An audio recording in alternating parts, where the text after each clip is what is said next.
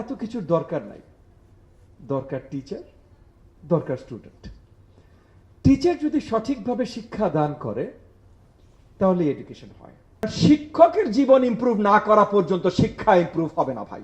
যে আমাদের অনেক মাথা ব্যথা থাকে, আমরা অনেক চিন্তা করি, ওই যে অ্যাসেসমেন্টেও দেখি দরজা আছে কিনা, জানালা আছে কিনা, বাথরুম আছে কিনা, কিন্তু আমরা যদি একটু একটু দৃষ্টি দেই, আলোকপাত করি, 10,000 বছর বলা হয় নর্মালি সভ্যতার সৃষ্টি। তো 10,000 বছর ধরে এডুকেশন আছে।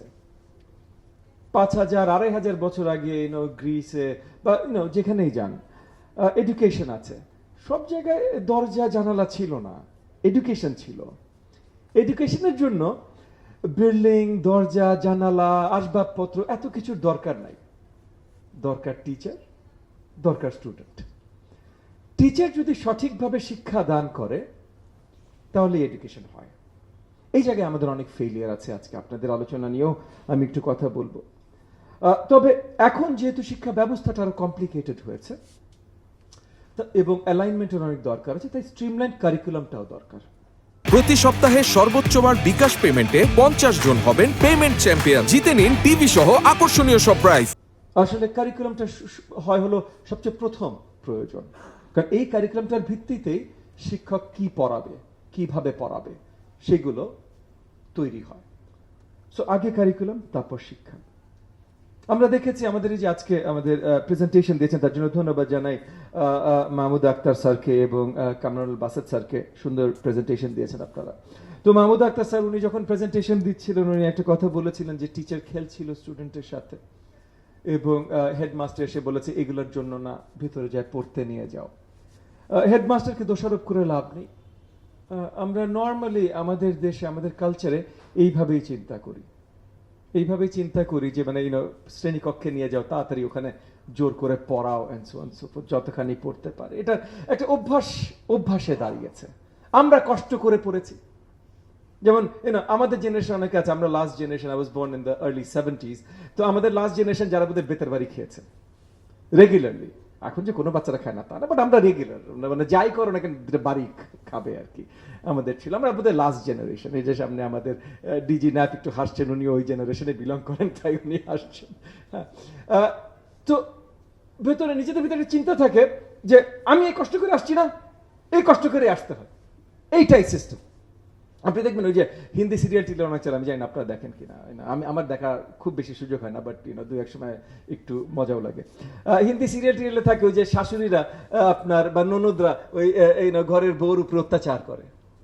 ওই শাশুড়ি অত্যাচারিত হয়ে আসছে এবং ওই শাশুড়ির চিন্তা হলো আমি অত্যাচারিত হয়ে আসছি, এইটা কি মাগনা যাবে নাকি?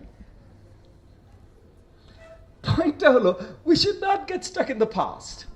We should look towards the future. ভবিষ্যৎটা সুন্দরভাবে কিভাবে গড়া যায়, এবং ভবিষ্যৎটা গড়তে হলে আসলে শিক্ষার একটা বড় অংশ, it has to B fun, মজাদার, আনন্দময়ী শিক্ষা, যেটা আমাদের মাননীয় প্রধানমন্ত্রী জনাব তারেক রহমান পরিষ্কার করেছেন। আনন্দময়ী শিক্ষা। আপনি আনন্দময়ী শিক্ষা যদি দিতে পারেন, শিক্ষার্থী আসলে শিক্ষা লাভ করতে চাইবে, তার কাছে বার্ডেনসাম মনে হবে না শিক্ষাক্রম বা কারিকুলাম, এই জিনিসগুলো। সেই জিনিসগুলো আমাদের দরকার আছে। প্রি প্রাইমারি ট্রেনিং নিয়ে কথা বলা হয়েছে, 15 দিনের training not good enough, obviously not good enough. এবং আমাদের বেশিরভাগ টিচার, আমাদের 3.5 লক্ষের উপরে আমাদের সরকারি প্রাথমিকের টিচার আছে। বাই এনি কাউন্ট 7 লাখের উপরে, যদিও আজকে 6.5 লাখটা কয়েকবার শুনেছি আমি নাম্বারটা, 7 লাখের উপরে প্রাইমারি স্কুল টোটাল বাংলাদেশে 7 লাখের ঊর্ধ্বে টিচার আছে। কত উপরে বলতে পারছি না, সব স্কুল অফিসিয়ালি রেকর্ডেড না।